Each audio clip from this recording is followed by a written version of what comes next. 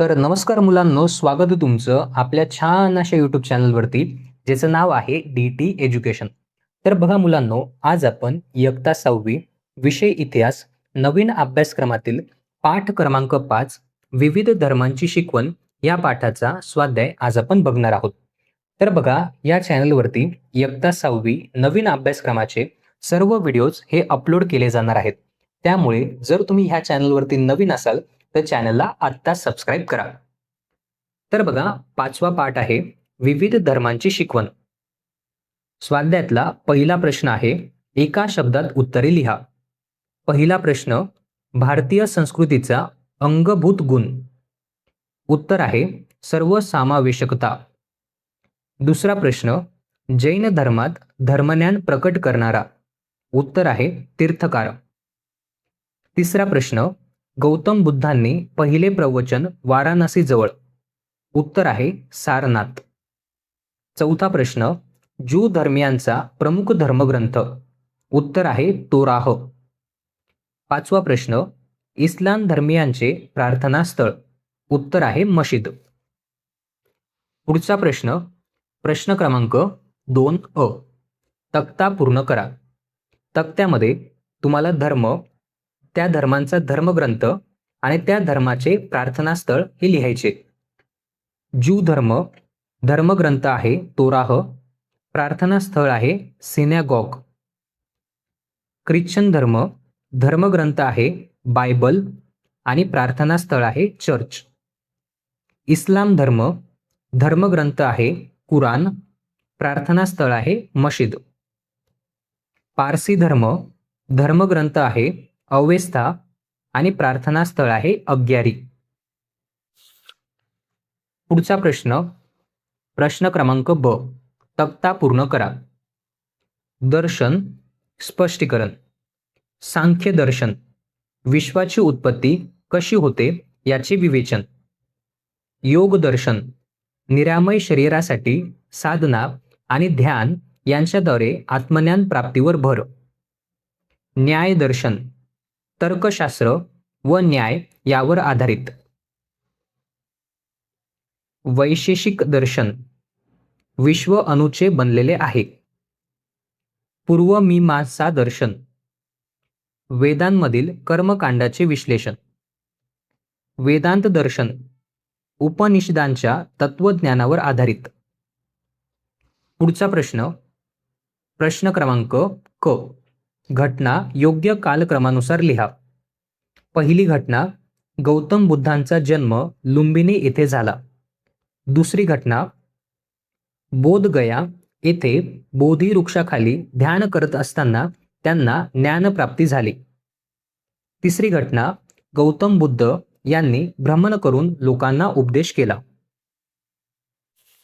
पुढचा प्रश्न, प्रश्न क्रमांक 3, टिपा लिहा. पहिला प्रश्न, आर्य सत्य. उत्तर, मानवी जीवनातील सर्व व्यवहारांच्या मुळाशी 4 सत्य आहेत, त्यांना आर्य सत्य म्हणतात. पहिला मुद्दा, दुःख. मानवी जीवनात दुःख असते. दुसरा मुद्दा, दुःखाचे कारण. दुःखाला कारण असते. तिसरा मुद्दा, दुःखाचे निवारण. दुःख दूर करता येते. चौथा मुद्दा, प्रतिपद. दुःखाचा अंत करण्याचा मार्ग. पुढचा प्रश्न, भगवद्गीता. उत्तर, भगवद्गीता हा हिंदू धर्माचा पवित्र ग्रंथ आहे.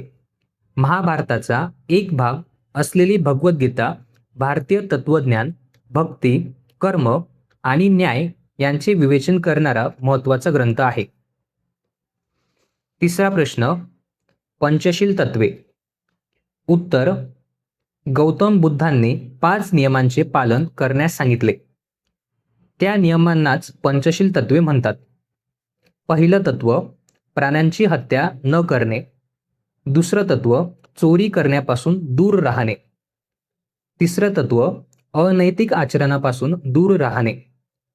चौथं तत्व, असत्य बोलण्यापासून दूर राहणे. पाचवं तत्व, मादक पदार्थांच्या सेवनापासून दूर राहणे. चौथा प्रश्न, त्रिरत्ने. उत्तर सम्यक दर्शन तीर्थकारांच्या उपदेशातील सत्य जाणून घेऊन त्यावर श्रद्धा ठेवणे. सम्यक ज्ञान तीर्थकारांच्या उपदेशाचा आणि तत्वज्ञानाचा नित्य अभ्यास करून त्यांचा सखोल अर्थ समजून घेणे. सम्यक चरित्र पंचमहाव्रतांचे काटेकोर आचरण करणे. या 3 तत्वांना त्रिरत्ने म्हणतात. पुढचा प्रश्न, प्रश्न क्रमांक 4. खालील प्रश्नांची उत्तरे लिहा. पहिला प्रश्न, विविध धर्मातील अहिंसा, करुणा, सत्य यासारख्या मूल्यांचा समाजावर काय परिणाम होतो? उत्तर, अहिंसा, करुणा व सत्य यासारख्या मूल्यांमुळे समाजात शांतता, सहिष्णुता, बंधुभाव आणि परस्परांबद्दल दया व प्रेम निर्माण होते. सामाजिक सौहार्द वाढते. पुढचा प्रश्न, कोणत्याही 2 भिन्न धर्मांच्या शिकवणीत असलेली समानता सदोदाहरण स्पष्ट करा. उत्तर, उदाहरणार्थ जैन धर्मात अहिंसा या तत्वाला महत्त्व दिले आहे. बौद्ध धर्मातही प्राण्यांची हत्या न करणे हे पंचशील तत्वे सांगितलेले आहे. त्यामुळे दोन्ही धर्मांच्या शिकवणीत अहिंसेला महत्त्व दिलेले आहे.